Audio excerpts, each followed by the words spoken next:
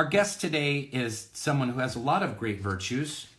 I know William only a little bit because of a little interview I did with her about The Office. She's a huge Office fan, as you know.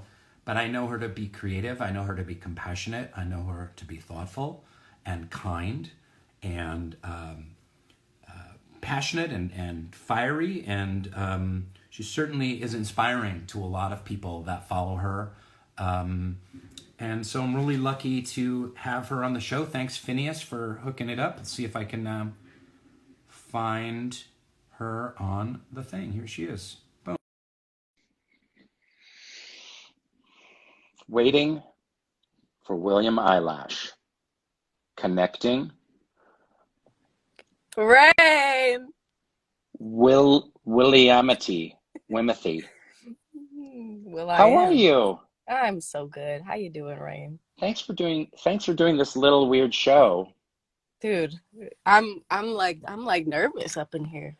Hey, your brother told me that I really intimidate you. Now, do I intimidate you more than John Krasinski? Oh, I've never met him, so I couldn't tell you. Yeah. But yeah, probably more, honestly. Yes. I'm in a constant competition to Krasinski, and I'm gonna rub that in his face. He'll never forget that. I am more intimidating to Billie Eilish than he is. Thanks for coming on the show. As you know, Hey There Human is about celebrating human beings, sharing a common connection. I interview random people from all over the internet on the show, wherever they are. I've interviewed people in Poland and India and Brazil and everywhere. And I bring on guests to talk about this really difficult, crazy time. And I just want to ask how you're doing. And I know, Billie, that you've talked before about mental health stuff. You've talked about anxiety. It's something that you and I share. I went through a period of time when I had really crippling anxiety attacks. And I know you've talked about some of those before in the press. And just wondering how you're doing and what you're doing besides watching The Office, or we could talk about that in a little bit. What are you doing to survive and take care of yourself and stay grounded and connected during these difficult times? Well, I just finished watching The Office for a 15th time. Oh, 2 days ago. William, So, it's time to move on. It's time to move on to another show. Really, please. I have tried, okay? And I can't do anything about it. Why I'm I don't know. But yeah, this is the 15th time, and every time I hit that episode that says finale, I'm always like, God damn it. Oh, there's a puppy in here. Come up here, baby. Who's up in there? There's a puppy. This is my new puppy. Come up here. Let me see the puppy. Come up here. Show us a puppy. By the way, oh. You dropped the phone under the couch. By the way, viewers, you literally dropped it under the couch. So now we know what underneath Billie Eilish's couch looks like. Puppies and dogs are a great way to reduce anxiety and stress. Oh my God. Look at that. Oh my. Is that one part blue nose pit? Yep. Look at that face. That's what I have. I have 2 blue nose pits. Do you? No way. Yeah. What? Now, can we have a dog play date? Yeah, absolutely. I wonder where my dogs are here. I'll bring them in if they're around. Let me see. Hey, are there any dogs over here? Poe, are you over there? I think they're not here. I think they're in my wife's office right now. What did you say your dog's name was? Poe? Poe and Diamond. Now, was this one rescue? What's the story? What's your puppy's name? His name is Shark, and he is. Yeah, it's funny. I totally skipped over your question, and I'm just gonna roll with it. No, we'll go puppy first. That's more important, and then coping through quarantine is second. So. Well, I mean, it is part of it because the day that we got sent home from tour to start this whole being at home thing, that was the 14th of March, and that night I hit up Angel City Pits, which is a pit bull rescue place, and I was like, because they just gotten a new litter of a bunch of puppies that needed a bunch of fosters, and I was like, hi, can I help? And then the whole thing was I was just gonna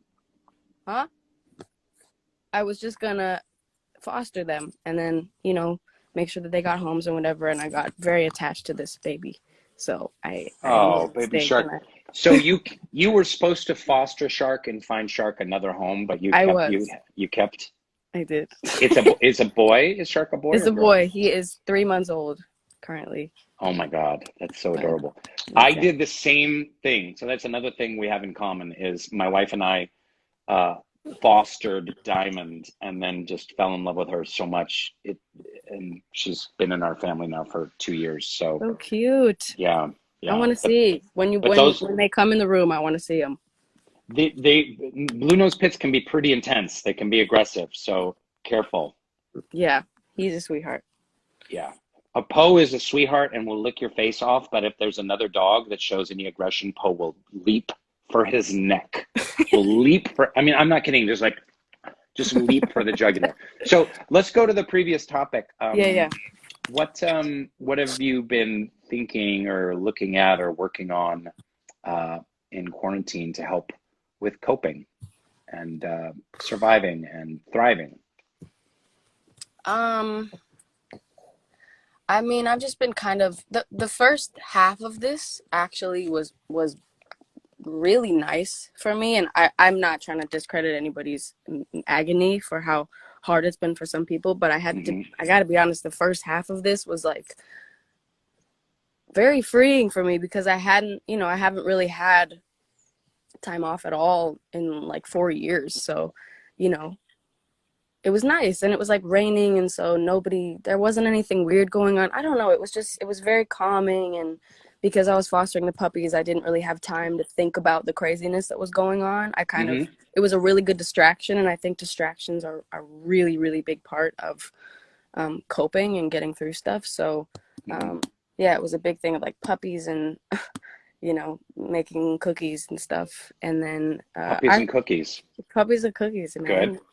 Good. But I think like a lot of people, for a lot of this, it's been very uninspiring to create. For me at least, and I've talked to people that agree with me on that, and it's just like, I don't know, at least the beginning was just like, I did not want to make a thing. I was not creative. I didn't want to do anything. I didn't want to make music. I didn't want to write anything. And luckily that kind of switched, and I got to making some stuff, and I made a bunch of stuff. I saw some fucking article that was like, Billie Eilish wrote an entire song in its entirety during quarantine, and I was like, I did? Like, way to make me look fucking stupid, the fuck? And I saw a million posts. It became like a whole meme that was like, yeah, and Kanye West made 3 beats per day for 2 summers or some shit, and I was like, listen, if I saw that headline, I would write the same thing. I would try to pwn it too. So anyway, it's been a mix of, trying to create and trying to take advantage of this time, because as much as it's horrible, it's like kind of a once in a lifetime period of time right now. And, I don't know. It's also like, 2 days go by and I'm like happy and I'm doing my thing and I'm feeling good. And then it's like, one night I'm like, oh, this is real. So what can you do? Any tips for viewers or listeners on kind of dealing with the stress and anxiety and unsurety of this time? Jeez. I wish I could say something more, but I think patience is really important right now. And I think... did you hear my thing about the Family Virtues Guide? Yes, I did. I've been watching this live since you started it 18 minutes ago. Oh, that's so sweet. Thank you.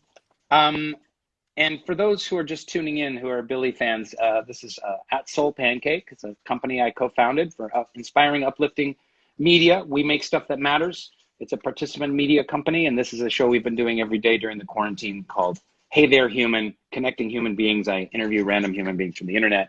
But patience, you were mentioning, is one of the virtues in here. Something we can cultivate and nurture, right? For sure. So is that kind of what you're saying, is to nurture patience? 100%. And I also would say, you know, you were talking about how you went through a phase of having really bad anxiety and some depression. And I would say that when anybody's asked me about how I went through that and I got through that stage of my life with a lot of depression, it was the only thing that I've ever felt isn't bullshit coming out of my mouth when I answer that question is just patience, like just having patience in yourself and with the world. And it's weird, you wouldn't think how strong it can be, but it's really important, and it makes a big difference. And especially right now, all we can do is wait. You know, the only thing that's going on right now is time. So it's, you know, right. You know, it's also not that hard to stay home. Like, it's not that hard. Yeah, for anyone. Yeah, I drove by. My wife and I are moving in this summer, and had to run an errand, and there was some muffler shop or something like that, and it had a big banner in front, and it said like, "This too shall pass." And you know, I've heard that before, and it's a cliche thing, but even just like reading that banner on the muffler shop, like my anxiety kind of went, yes, this is going to pass. We don't know how long or how, or what's going to change on the other side, but this kind of time of just not knowing we're gonna get through that. And that's what's so hard for me, is like the not knowing. Like if I knew like everything's shut down till August 15th, and then everything is going to be fine, and we're going to have a vaccine, and we're going to move forward then, however X, Y, and Z are going to change, I'm like, okay, I can handle that. But for me, it's just that buzz in the air of the not knowing that's so challenging. I know. It's rough. I mean, I feel like human beings live off of knowing what's coming next. You know, I feel like a lot of people don't do things because they don't know the outcome. And I mean, that's like the most common thing I feel like in people is just, I don't want to do it because I'm not sure how it's going to end, you know? And I fully agree with you. And also that sentence is too good. I love that it got you in that moment, because it gets me too. Driving down the 101, and it kind of hit me, and it, literally my shoulders went down like 2 inches, and just but you know, let's get to some more important stuff here, because I got some Dwight trivia for you. Oh, it's gonna kick your ass. It's gonna kick your ass, Eilish. Ready? Here we go. Let's see what you got. What is the name of the book Dwight purchases for information on hosting a garden party? And who is the author? You need to leave the room, Mom. I'm focusing. What? You need to leave the room. I'm focusing. Mom! I'm focusing. Sorry. What is this? Oh. Mom. Before I answer this, my mom came in here with this written on a piece of paper, and it says, "Helping others helps." Signed, Maggie Baird. It's true. Helping others does help. Thank you, Maggie. Well, you know, she's watching this in the other room. Oh, that's sweet. Okay. That's anyway, sweet. Let me answer you, Maggie. So Jim's garden party book for Dwight is, I know that it's by James Trickington, right? Good, because it's a 2-part question. Excellent. Yes, and then the name of it, it's like I think it's like a very plain name. It's like, yes. Isn't it like literally how to throw a garden party 101 or some shit? Yeah, like it's very close. The ultimate guide to throwing a garden party. That's right, the ultimate guide. See, so I wasn't far off. I was not far off. You were very close, very close. What can 1,000 Shroot Bucks be redeemed for? Oh, wow, you're going so deep into this. Well, I'm not. 15 times. 15 times. You should know these. Repeat the question.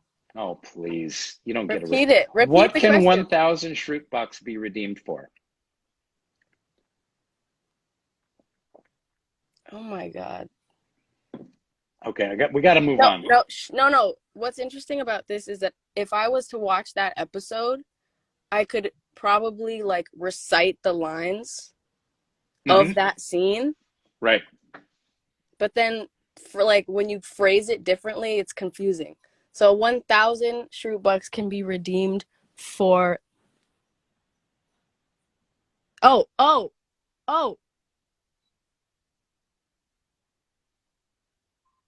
$1. No. 5 extra minutes of lunch break. Fuck. This is so embarrassing. Who used to sit at Dwight's desk? Packer. Yes. What 2 instruments does Dwight play on the show? He plays guitar and ukulele. Wow. What do you mean? You do play ukulele. You whiffed that. I never played ukulele.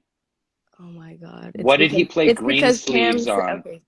Green sleeves. Oh.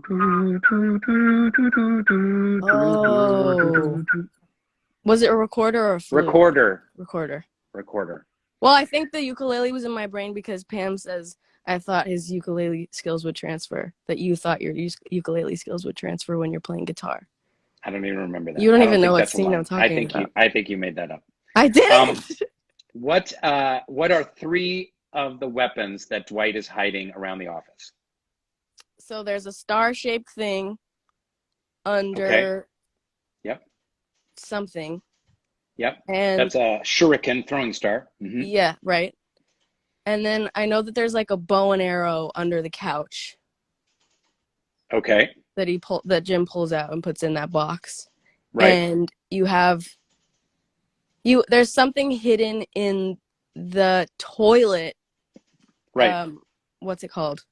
The top of the toilet. The back of the toilet, right? Yeah. Where the water is. And you have pepper spray in your drawer. Yes, pepper spray and blow dart, taser, right. Boomerang, nightstick, brass knuckles, samurai sword. What is the security phrase that Dwight requires the office to use when he becomes manager? The tea in Nepal is very hot, but the coffee in Peru is much hotter. Very good. Very good. Keep going. And finally, what kind of car does Dwight drive? Wow. Wow. It's a little red. Andy drives an X-Earth. Xterra, yeah. Yeah. And you drive, oh God, you talk about it in the elevator. Damn!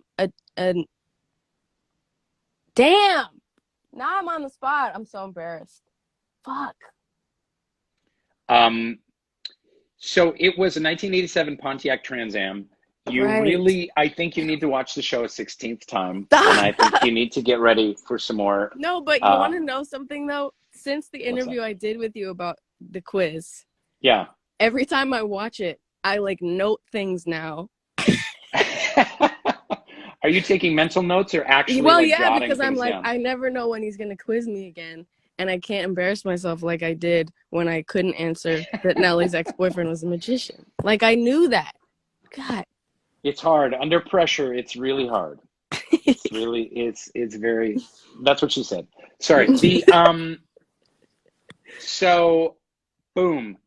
And tell me one thing. I have another question for you. You presaged this entire event. Do you know the word presaged? I'll explain it to you later. I don't.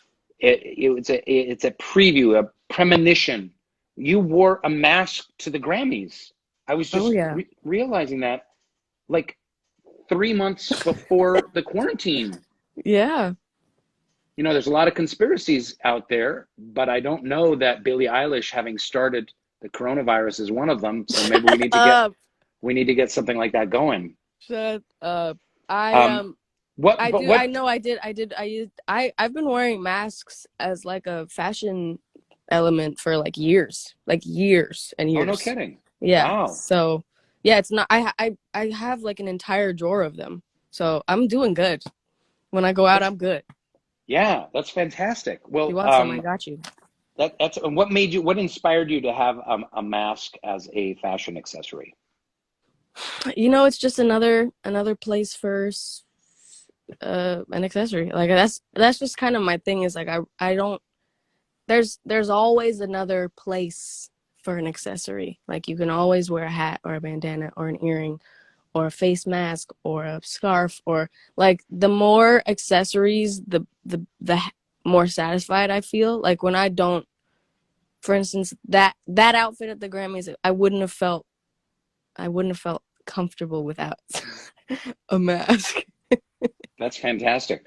So I got some other accessories that you could try Oh that I yeah? haven't seen you in. One, earmuffs. Oh. Two, a monocle, like Mr. Peanut. Yeah, Think about it. for sure. Also, what about a tri-cornered hat? You know, like the founding fathers in Hamilton. Listen, let's go. Can I speak to your stylist about some of these Sure, sure. potential options? Yeah, let her know. Let her know. Okay, excellent. Young William, do you have any final thoughts or questions for me before I let you go on about your day to play with Shark and with Maggie? Well, I want to say thank you for having me on this. I'm incredibly honored to ever speak to you ever. Oh, come I on, you love silly you. goose. So, Oh, that's very sweet. Thank you. but also, to everybody watching, be patient with yourself, with the world. You know, we're all healing, even though every situation is relative. Somebody's always going through something worse than you. Somebody's always doing better than you. And it doesn't matter because you are important and how you feel is important. And that's how I feel. And yeah, it's a weird time. So it's okay to not get anything done. And it's okay to want to get a bunch of stuff done. Don't put pressure on yourself. Just make sure that you are maintaining your happiness and strength as a person. So that's all I Well, guess. that is beautifully and profoundly said, and that is a great sentiment to share. That's exactly what people needed to hear. So, thank you for your wisdom. I know you're like 11, but you're so wise beyond your years. Thank you. I hope to talk to you later and give my love to your wonderful family, to Maggie and your dad, and to Phineas, and hope to see you sometime. And maybe our dogs can have a play date. Although I think Poe would probably go for Shark's jugular, and that would not be pretty. For sure. Thank you for having me, Rain. Have a All good day. right, William. Take care. Nice talking to you. Have a great day. I will. You too. All right. Bye. Peace. Goodbye.